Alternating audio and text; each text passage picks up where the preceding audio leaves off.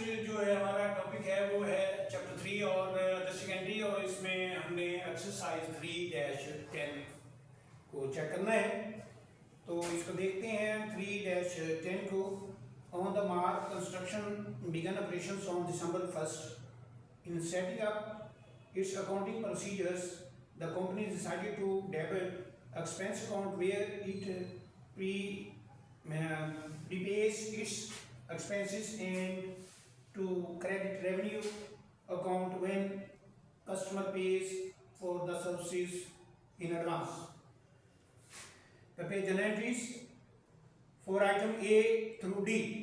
तो A through D जो है ये journal entries हैं, and the adjusting entries as of its December 31st period end for items E through G. तो ये E से G तक ये एडजस्टिंग एंट्रीज हैं। इस क्वेश्चन बेसिकली जो हमने पहले भी इससे क्वेश्चंस किए हैं एडजस्टिंग एंट्री के, तो इसमें जो मेन डिफरेंस है क्वेश्चन में इसमें कि यहाँ इसने हमें कहा है कि जो एक्सपेंसेस हम जो है कितने एक्सपेंसेस होंगे तो उसको एज ए एक्सपेंस हमने रिकॉर्ड करना, पहले हम एज ए एसेट रिकॉर्ड करते रहे हैं। और इसी तरह जो इनकम हमें एडवांस आई है या वैसी आई उसको हमने इनकम ही रिकॉर्ड करना है। तो ये उससे थोड़ा सा डिफरेंस है क्योंकि वहाँ हम अनअर्न्ड को रिकॉर्ड करते रहे हैं रिकॉर्डिंग एंट्री में, तो यहाँ हमने रेवेन्यू को रिकॉर्ड करना है। अब इसको देखते हैं वन बाई वन। तो सबसे पहले है a supplies are purchase on December for 3000 cash. Supplies जो है हमने खरीदी हैं, तो इसकी हम एंट्री पास करेंगे। चीज़ें हमारे पास आ रही हैं, तो सप्लाईज जो है वो हमारे पास है 3000 की। तो यहाँ हम इसको लिखेंगे December 1 की एंट्री है। और ए यहाँ क्योंकि एज ए एक्सपेंस हमने लिखना है, इसलिए यहाँ लिखेंगे सप्लाईज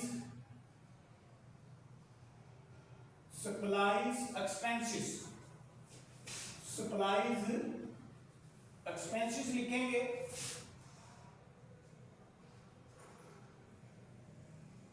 और यहां उसने कैश की बात की है, तो इसका मतलब ये नगद खरीदी हमने तो कैश जा रहा है, कैश क्रेडिट कर देंगे। और ये अमाउंट आ गई है 3000।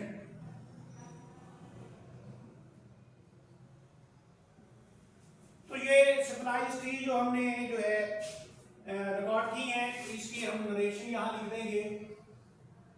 Purchase supplies.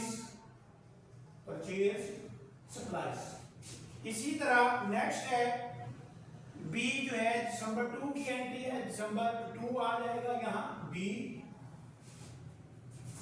The company prepaid its insurance premium of 1440 cash on December 2। तो ये प्रीपेड इंश्योरेंस है, तो इसकी हमने क्योंकि आज ये एक्सपेंस रिकॉर्ड करना है, तो यहाँ लिखेंगे insurance expense debit, insurance expenses debit. और क्योंकि ये इसकी अदायगी हो रही है कैश पे, तो ये कैश हमारा यहाँ क्रेडिट हो जाएगा। और अमाउंट है 1440।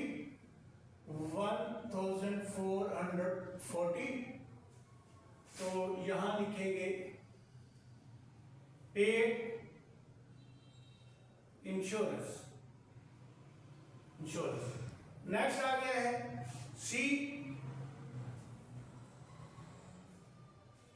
On December, the company receives in advance of 12,000 cash from the customer for the remodel work। तो ये कस्टमर से हमने रीमॉडलिंग का काम करा जो है उससे हमने करना है उनका, और ये 12,000 रुपया हमने उनसे रीमॉडलिंग के पैसे वसूल किए हैं। तो कैश हमारे पास आ रहा है, तो कैश को हम यहाँ डेबिट करेंगे। तो ये दिसंबर है 15 है, तो यहाँ December 15 सी कैश हमारे पास आ रहा है, कैश डेबिट। और यहाँ क्योंकि ये रीमॉडलिंग है तो रीमॉडलिंग फीस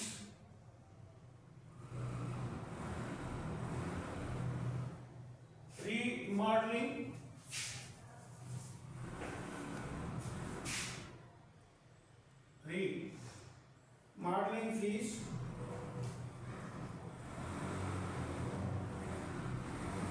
फीस रेवेन्यू आ जाएगा और ये अमाउंट है 12,000।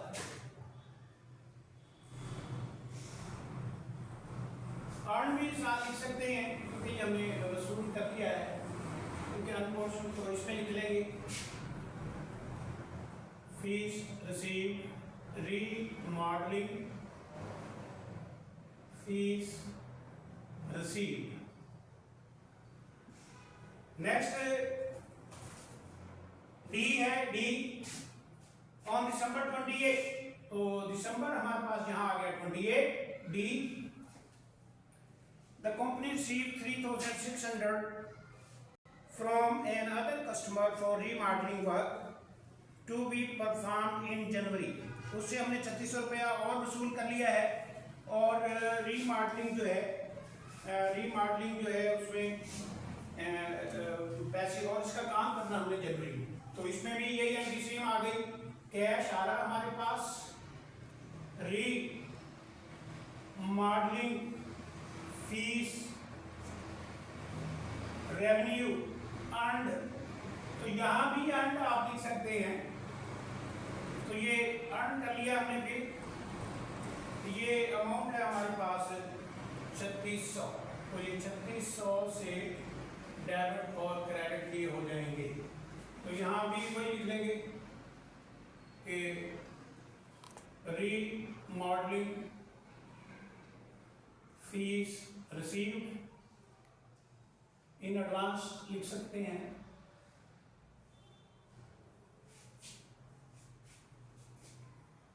जी नेक्स्ट आ गया हमारे पास ई हमारे पास जो है यहां से दिसंबर 31 की बात कर दिया है ई, और यहाँ क्वेश्चन में भी उसने बताया है कि ये एडजस्टिंग एंट्री हमने पास करनी है। तो यहाँ एडजस्टिंग एंट्री पास करेंगे, कह रहे हैं physical count on December 31 indicate that now the mark has 1900 of the supplies available. अब यहाँ ये देखिए सप्लाई हमारे पास यहाँ 3000 थी, एक्सपेंस लिखी, लेकिन वो कह रहा है कि इसमें से हमारे पास जो है वो बच गई है 1920, तो इसकी एडजस्टिंग एंट्री पास करेंगे। तो यहाँ लिखेंगे ऑफिस सप्लाईज डेबिट और ऑफिस सप्लाई, यहाँ क्योंकि सप्लाईज हैं तो सप्लाईज ही लिखेंगे। सप्लाईज की बात कर रहे हैं, ऑफिस सप्लाईज तो ऑटोमेटिकली क्वेश्चन में बाद ऑफिस सप्लाईज भी होता है, ऊपर हमने सप्लाईज लिखा तो सप्लाईज को डेबिट करेंगे, सप्लाईज डेबिट और सप्लाईज एक्सपेंस क्रेडिट कर देंगे। और यहाँ उन्होंने कहा कि 1920 ये बच गई है सप्लाईज, इसकी हमने एंट्री पास कर दी। तो यहाँ लिखेंगे to adjust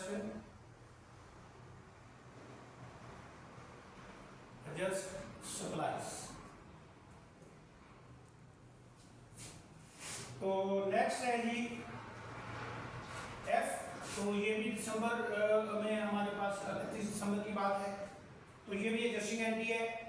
N analysis of the insurance policies in effect of December 31st shows that for 240 of insurance coverage has expired। तो अब इसमें से यहाँ ये देखें कि जो एक्सपायर है, अब ये देखें इंश्योरेंस जो यहाँ हमने 1440 की ऑलरेडी हमने ये अदायगी की हुई है, इसमें से वो कह रहा है कि एक्सपायर जो हुई है वो हुई है 240, तो ये इसमें से माइनस कर दें, रिमेनिंग 1200 इंश्योरेंस अभी एक्सपायर नहीं हुई तो ये प्रीपेड में चली जाएगी। तो यहाँ एंट्री पास कर देंगे प्रीपेड इंश्योरेंस डेबिट और इंश्योरेंस एक्सपेंसेस क्रेडिट, और अमाउंट आगे हमने अभी कैलकुलेशन की है उसकी, तो ये 1200 आ जाएगा यहाँ 1200। तो यहाँ इसका to adjust insurance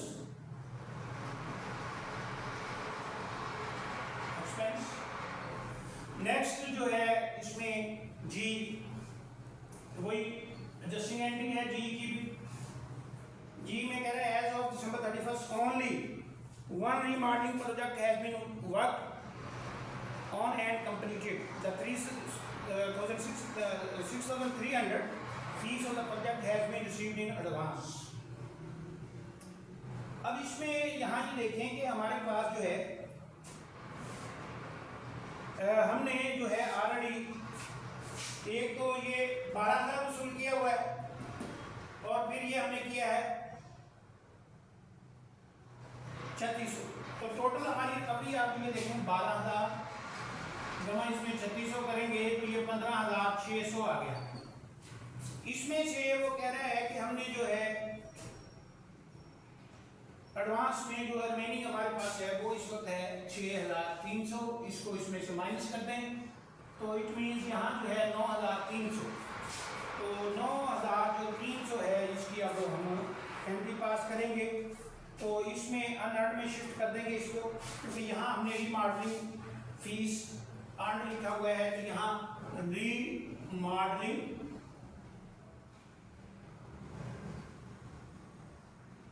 fees earn को डेबिट करेंगे और अनअर्न रीमॉडलिंग फीस क्रेडिट कर देंगे और ये अमाउंट आ जाएगी इसकी 9,000, ये अभी हमने जो कैलकुलेट की है 9,300। तो यहाँ भी लिख देंगे टू एडजस्ट रीमॉडलिंग फीस। इस एक्सरसाइज में नॉर्मली ये था कि जो है कुछ एंट्रीज रिकॉर्डिंग थी और कुछ एडजस्टिंग थी, तो हमने रिकॉर्डिंग की है ए से डी तक और रिमेनिंग जो थी 3 उसमें हमने एडजस्टिंग एंट्री पास की है। तो थैंक